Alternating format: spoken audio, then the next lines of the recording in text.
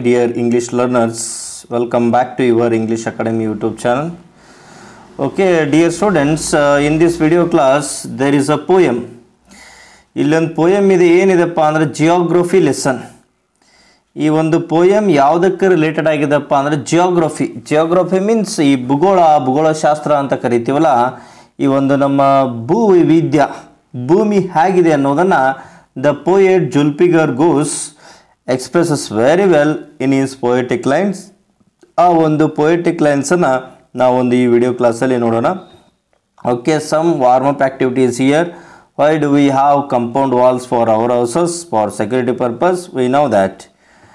Okay, ಇಲ್ಲಿ ನೋಡ್ರಿ ಈ ಒಂದು ಪಿಕ್ಚರ್ ಇದೆ, ಏನಿದೆಯಪ್ಪ ಅಂತಂದ್ರೆ this is the circle, round ಆಗಿರೋದು ಏನಪ್ಪ ಅಂದ್ರೆ ಭೂಮಿ. ಈ ಕಡೆ ಇವ್ರು ಜಗ್ತಾ ಇದ್ದಾರೆ, ಈ ಕಡೆ ಇವ್ರು ಜಗ್ತಾ ಇದ್ದಾರೆ. ಏನಪ್ಪ ಅಂತಂದ್ರೆ for example we are going to buy the flat. ಒಂದು ಫ್ಲಾಟ್ ತೊಗೊತೀವಿ, ಮನೆ ಕಟ್ತೀವಿ, ಹೊಲ ಗದ್ದೆ ತೊಗೊಳ್ತೀವಿ, ಇದು ನಂದು ಅಂತ ಜಗ್ಗಾಡ್ತೀವಿ, ಹೊಡೆದಾಡ್ತೀವಿ, ಬಡ್ದಾಡ್ತೀವಿ.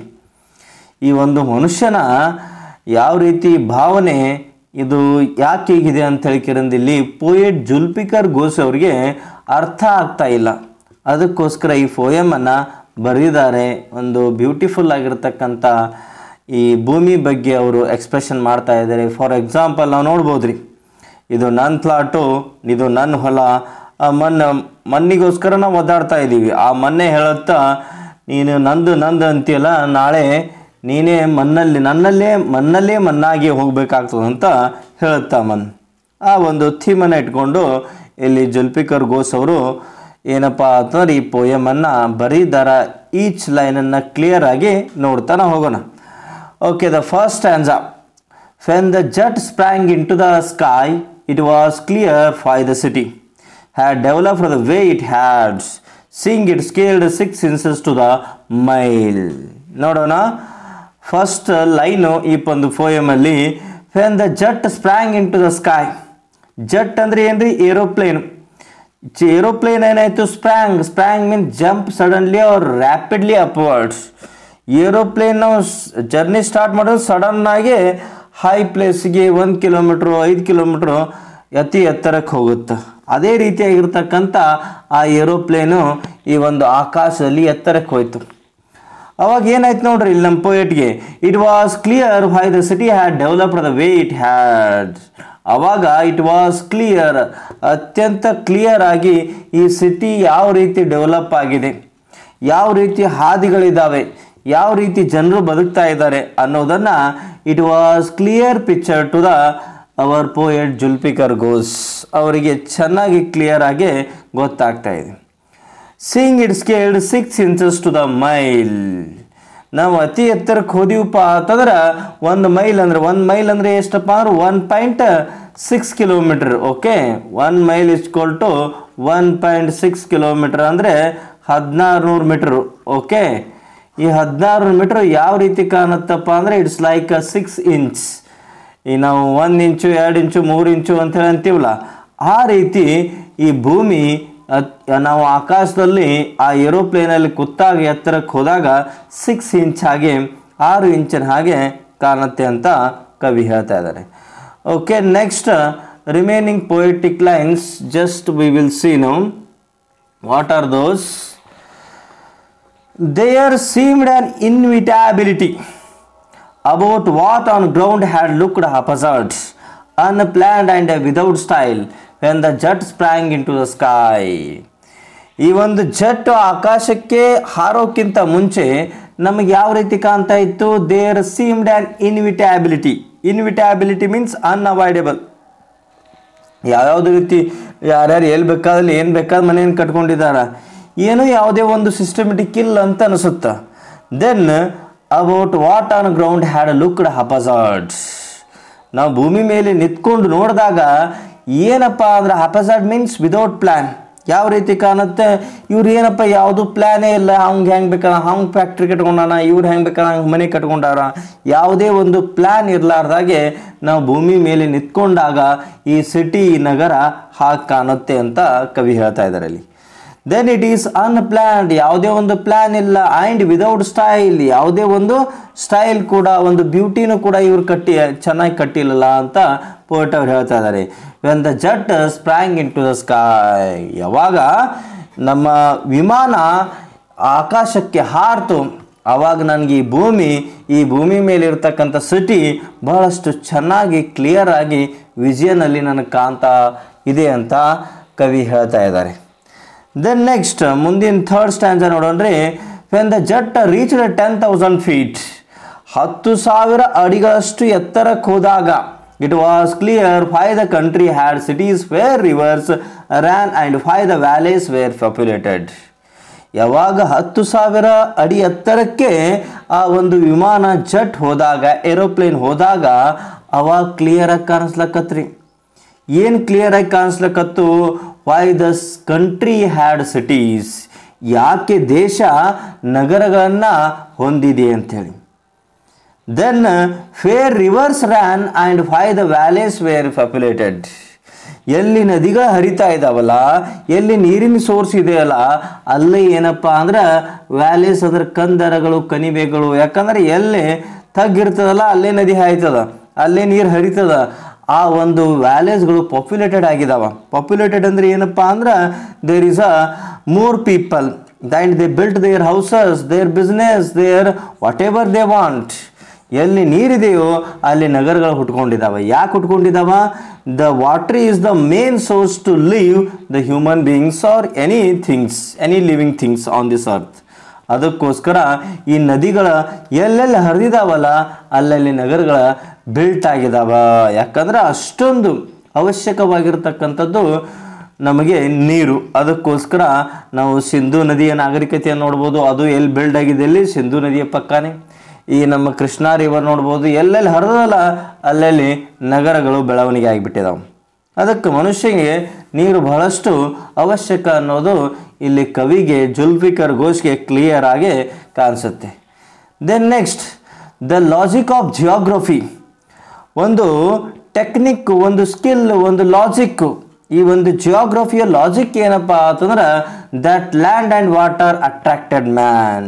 ಯಾಕೆ ಈ ಒಂದು ನದಿಗಳ ಪಕ್ಕ ನಗರಗಳನ್ನು ಕಟ್ಟದ, ಮನೆಯನ್ನು ಕಟ್ಟದಪ್ಪ ಅಂದ್ರೆ ನೀರು ಬೇಕು. ಈ ಮನುಷ್ಯನಿಗೆ ಅಟ್ರಾಕ್ಟ್ ಮಾಡಿದ್ದು, ಆಕರ್ಷಣೆ ಮಾಡಿದ್ದು ಯಾವುದಪ್ಪ ಅಂದ್ರೆ ನೀರು ಮತ್ತು ಭೂಮಿ. ನೋಡ್ರಿ, ಎಲ್ಲಿ ನೀರಿತ್ತು, ಎಲ್ಲಿ ಭೂಮಿ ಇತ್ತು, ಅಲ್ಲೇ ಬೆಳೆಗಳನ್ನು ಬೆಳೆಯಲಿಕ್ಕೆ, ಭೂಮಿಯನ್ನು ಉಳಿಲಿಕ್ಕೆ ಸ್ಟಾರ್ಟ್ ಮಾಡ್ದ. ಅದು ಕೂಡ ಈ ಒಂದು ಜಿಯೋಗ್ರಫಿಯ ಲಾಜಿಕ್ ಅಂತ ಹೇಳ್ತಿದ್ದಾರೆ. And it was clearly delineated. ಯಾವಾಗ 10,000 ಪೀಠಕ್ಕೆ ಅಡಿ ಎತ್ತರಕ್ಕೆ ಹೋದಾಗ ಅವ್ರಿಗೆ ಕ್ಲಿಯರ್ ಆಗಿ ಕಾಣಿಸ್ಲಕತ್ತು ಎಲ್ಲಿ ನದಿಗಳು ಹರಿತಾ ಇದಲ್ಲ ಅಲ್ಲಿ ನಗರಗಳಿದ್ದಾವೆ ಅಂತ ಹೇಳ್ಕಿರಿಂದ. Then it was clearly delineated means shown, clear ಆಗಿ ಕಾಣಿಸ್ತಾ ಇದೆ. ಎಲ್ಲಿ ನದಿಗಳು ಹರಿದಿದಾವಲ್ಲ ಅಲ್ಲಿ ನಗರಗಳು ಅತ್ಯಂತ ದಟ್ಟವಾಗಿ ಬೆಳೆದಿದ್ದಾವ. When the jet reached 10,000 feet, ಯಾವಾಗ ಆ ಒಂದು ವಿಮಾನ 10,000 ಅಡಿಗಳ ಎತ್ತರಕ್ಕೆ ಹೋದಾಗ ಈ ಒಂದು ಜುಲ್ಫಿಕರ್ ಘೋಷ್ಗೆ ಬಹಳಷ್ಟು ಕ್ಲಿಯರ್ ಆಗಿ ಕಾಣಿಸ್ತಾ ಹೋಯಿತು. Then next stanza, when the jet rose 6 miles high, it was clear that the earth was round. ಯಾವಾಗ 6 ಮೈಲಿಗಳಷ್ಟು ಎತ್ತರಕ್ಕೆ ಆ ಒಂದು ವಿಮಾನ ಹೋದಾಗ ಏನು ಕ್ಲಿಯರ್ ಆಗಿ ಕಾಣಿಸ್ತಪ್ಪ ಅಂದ್ರೆ ದ ಅರ್ತ್ ವಾಸ್ ರೌಂಡ್. ಭೂಮಿ ಹೇಗದ? ಭೂಮಿ ರೌಂಡ್ ಆಗ್ಯದ ಅಂತ ಹೇಳ್ಕಿರಿಂದ ಯಾವಾಗ 6 ಮೈಲು ಆ ಒಂದು ಏರೋಪ್ಲೇನ್ ರೀಚ್ ಆಗ್ತಲ್ಲ, ಹೈಗೆ ರೀಚ್ ಆಗ್ತಲ್ಲ, ಅವಾಗ ಆ ಒಂದು ಭೂಮಿ ದುಂಡಾಗಿದೆ, ಹೋಲ್ ಈ ಒಂದು ದುಂಡಾಗಿದೆ ಅಂಥೇಳಿ ಈ ಒಂದು ಕವಿಗೆ ಕ್ಲಿಯರ್ ಆಗಿ ಕಾಣಿಸ್ತು. ಆಮೇಲೆ next and that it had more C than land.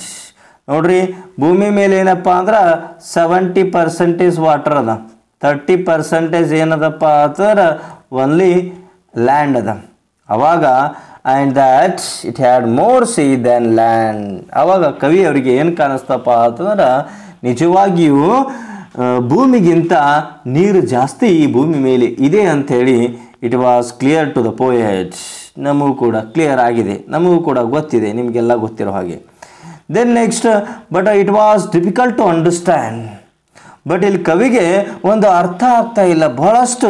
He is facing the difficult to understand. What is that difficult thing? But the man on the earth found. ಈ ಭೂಮಿ ಮೇಲೆ ಇರ್ತಕ್ಕಂಥ ಮನುಷ್ಯರು ಏನು ಕಂಡುಕೊಂಡ್ರು ಅವರಲ್ಲಿ ಏನನ್ನ ನೋಡಿದ್ರು ಕವಿ ಇಲ್ಲಿಪ್ಪ ಅಥವಾ causes to hate each other. ಇವನು ಕಂಡ್ರೆ ಅವನಿಗೆ ಆಗಿ ಬರಂಗಿಲ್ಲ, ಅವನು ಕಂಡ್ರೆ ಇವನಿಗೆ ಆಗಿ ಬರಂಗಿಲ್ಲ, ಒಬ್ಬನೊಬ್ಬರು ದ್ವೇಷ ಮಾಡ್ತಿರ್ತಾರೆ. ಅದಕ್ಕೆ ಈ ಮನುಷ್ಯ ಜೀವನೆ ಹೀಗೆ ಹೊಡೆದಾಡ್ತಾನೆ ಸಾಯ್ತಾ ಇದೆ.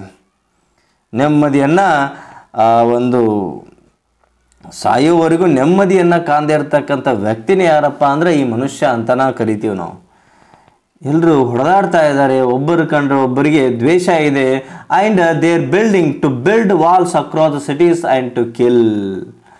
ಈ ಒಂದು ನಗರ ತುಂಬೆಲ್ಲ ಏನು ಮಾಡ್ತಾ ಇದ್ದಾರೆ, ವಾಲ್ಸ್ ನೋಡ್ಬೇಕಂದ್ರೆ ಇದು ನಮ್ಮ ಮನೆ ಆಯ್ತು, ಕಾಂಪೌಂಡ್ ಬೆತ್ತೆ ಇಲ್ಲಿ, ಇದು ವಾಲು, ಇದು ಇಂಡಿಯಾ ಬಾರ್ಡ್ರು, ನೀವು ಒಳಗೆ ಬರಂಗಿಲ್ಲ ಇಲ್ಲಿ, ಮತ್ತಿಲ್ಲ ಇಲ್ಲೆಲ್ಲ ದೊಡ್ಡ ದೊಡ್ಡ ಕಂಪೌಂಡ್ಸು ಜೈಲಲ್ಲಿ ಇರುತ್ತಲ್ಲ ಆ ರೀತಿ ಬಿಲ್ಡ್ ಮಾಡೋ, ನೀವು ಒಳಗೆ ಬಂದಂದ್ರೆ ನೀನು ಹಾಕೊಂಡೇ ಬಿಡ್ತೀನಿ.